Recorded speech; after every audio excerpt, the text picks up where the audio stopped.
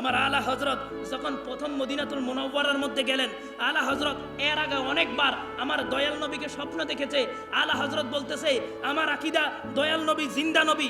আমি জানি নবী মুর্দা নয়, ঠিক কি না? আপনাদের আকীদা কি নবী জিন্দা না মুর্দা? কার কার আকীদা নবী জিন্দা? হাত তুলে দেখিয়ে দিন। নারায়ে তাকবীর, নারায়ে রিসালাত, নারায়ে গাউসিয়া, শাহেনশাহ মদিনা। সম্মানিত হাজিরিন, আলা হযরত বলতেছে, আমার নবীর রওজা শরীফের কাছে বসে গেছে, বসে নবীর দরবারে আলা হযরত আরজি জানাচ্ছে, ইয়া রাসূলুল্লাহ, নবী গো, আমি শুনেছি আপনি জিন্দা নবী, আমার আকীদা আপনি জিন্দা নবী। যদি জিন্দা হন, আমার আরজি আমাকে সশরীরে, স্বপ্নে নয় সশরীরে দেখা দেন। সুবহানাল্লাহ। আলা হযরত বলে দিলেন, ইয়া রাসূলুল্লাহ, নবী গো, আমাকে দেখা দেন। ফজরের নামাজের পর বলে দিলেন, ফজরের ওয়াক্ত চলে যায়, নবী দেখা দেয় না। তিনি আলা হযরত আমার নবীর রওজার পাশে বসে বসে দুরূদ শরীফ পড়তেছেন। দুরূদ শরীফ পড়তে পড়তে নাস্তার সময় হয়ে গেছে। যখন মানুষ নাস্তা করে 8টা বেজে গেছে মনে করেন, তখন শাহজাদা হামেদ রেজা তিনি এসে বলতেছে, আব্বাজি আ যাইয়ে, খানা কা ওয়াক্ত হো গাইয়ে। আমার আলা হযরত বলে, বেটা তু যাকর খা লো। এই হামেদ রেজা, তুমি গিয়ে খেয়ে নাও।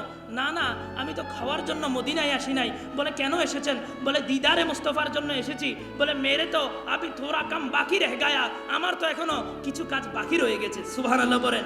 আলা হযরত, আমি বলতেছিলাম, আলা হযরত মুজাদ্দিদে দ্বীন ও মিল্লাত, তিনি বলতেছেন, ইয়া রাসূলুল্লাহ, নবী গো, আমাকে সশরীরে দেখা দেন। তিনি 9টা বেজে গেল, 10টা বেজে গেল, আমার দয়াল নবী দেখা দেয় না। 11টা বেজে গেল, দেখা দেয় না। জোহরের ওয়াক্ত হয়ে গেল, আলা হযরত আমার নবীজির কদম মোবারকে বসে বসে কাঁদতেছে, ইয়া রাসূলুল্লাহ, নবী গো, আমাকে দেখা দেন। নবী দেখা দেয় না। এবার আসরের ওয়াক্ত হয়ে গেল, নবী দেখা দেয় না। এবার মাগরিবের ওয়াক্ত হয়ে গেল, নবী দেখা দেয় না। এশার ওয়াক্ত হয়ে গেল, নবী দেখা দেয় না।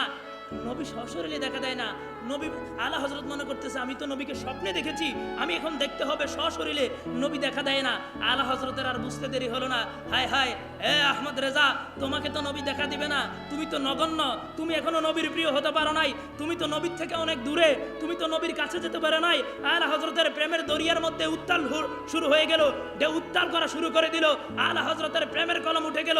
কলম উঠে আলা হযরত লিখতে শুরু করে দিলেন সেই বিখ্যাত কবিতার বিখ্যাত সে পাঙ্গক্তি, কই কিউ পুছে তেরি বাতে রেজা, কেউ তোর কথা কেন শুনবে, কেন শুনবে এ রেজা, কই কিউ পুছে তেরি বাতে রেজা, তুঝসে কুত্তে হাজারে ফিরতে হে, তোর মতো কুত্তা আমার নবীর অলিতে গলিতে, নবীর দরবারে হাজার হাজার হাজার হাজার ঘুরে বেড়ায়। এই কথা বলতে দেরি আমার নবীর ইশকের দরিয়ার মধ্যে ঢেউ এসে গেল, আমার নবীর কলিজার মধ্যে আগুন লেগে গেল।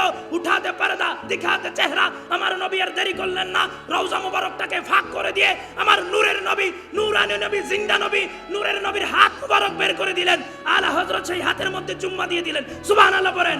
শুধু তাই নাই, মদিনাতুল মুনাওয়ারার মধ্যে 10,000 হাজী সাক্ষী ছিল আমার নূরের নবীর নূরানী হাতের নূরের আলোতে পুরা মদিনা মুনাওয়ারা আলোকিত হয়ে গেছে।